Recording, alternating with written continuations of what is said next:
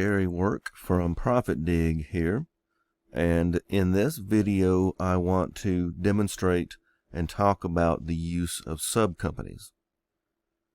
There are going to be times when you are unable to self-perform a part of a project, which is very common.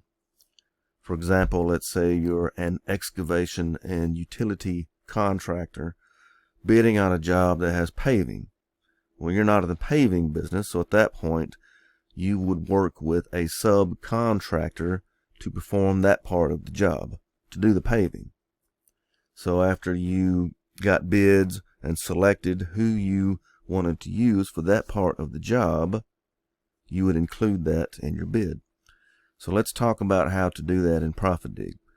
To set up a subcompany is very easy. From the main menu, I'm going to click Subcompanies. We have a couple of examples already set up here: Hauling Sub and Mid-America Erosion. To add a new subcompany, we would click the Add Subcompany button and provide the however much information we wanted to provide there. I do recommend that you give it a description to kind of help you remember what kind of subcompany it is, especially if you develop a long list of these guys. It will be handy to scroll down through there and see who does what.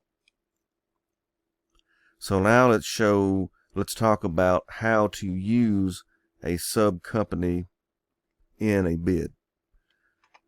So I'm going to go to the projects screen and click into a project. For this project, I have 4 bids set up. I'm going to click View for the bid I want to work on. This bid has 4 bid items currently. So let's say I want to use a mobilization subcontractor for the mobilization bid item. I'll click Details, which takes me to this bid item screen. Now, it's possible that a bid item could have a combination of your own employees and equipment and subcompanies, but in this example, let's say we're going to use a subcontractor or subcompany to perform this entire bid item. So in the subcompanies section, I'm going to click Add. I'm going to select my subcompany, Hauling Sub, and type in the cost. Let's say their bid to me is, just for simplicity's sake, let's say it's $10,000. Now when I look at the details for this bid item, here is the line item for this subcontractor. Now, as you will see, it has calculated some numbers that are different from the $10,000 that I typed in as the cost of this subcompany. And here's why. ProfitDig calculates a raw unit price for your subcontractor that includes tax and your bond rate. However much you bid for a job, you're going to pay taxes and bonds on that amount. So you have to account for that in all parts of your bid, including your subcontractors.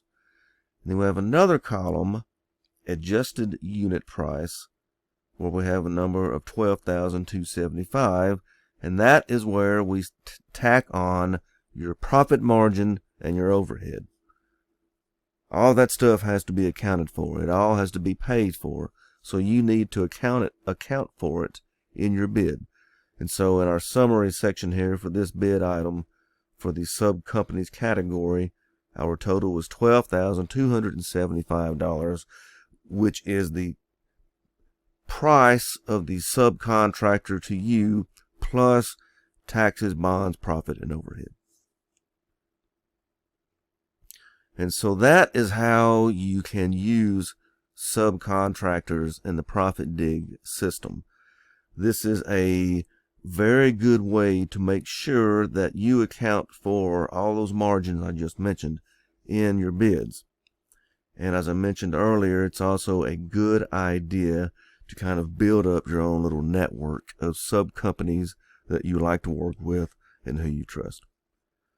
So I'm Jerry Work. If you have any questions about this or any other features of ProfitDig, look us up online at ProfitDig.com or email us at info@ProfitDig.com. Thanks a lot.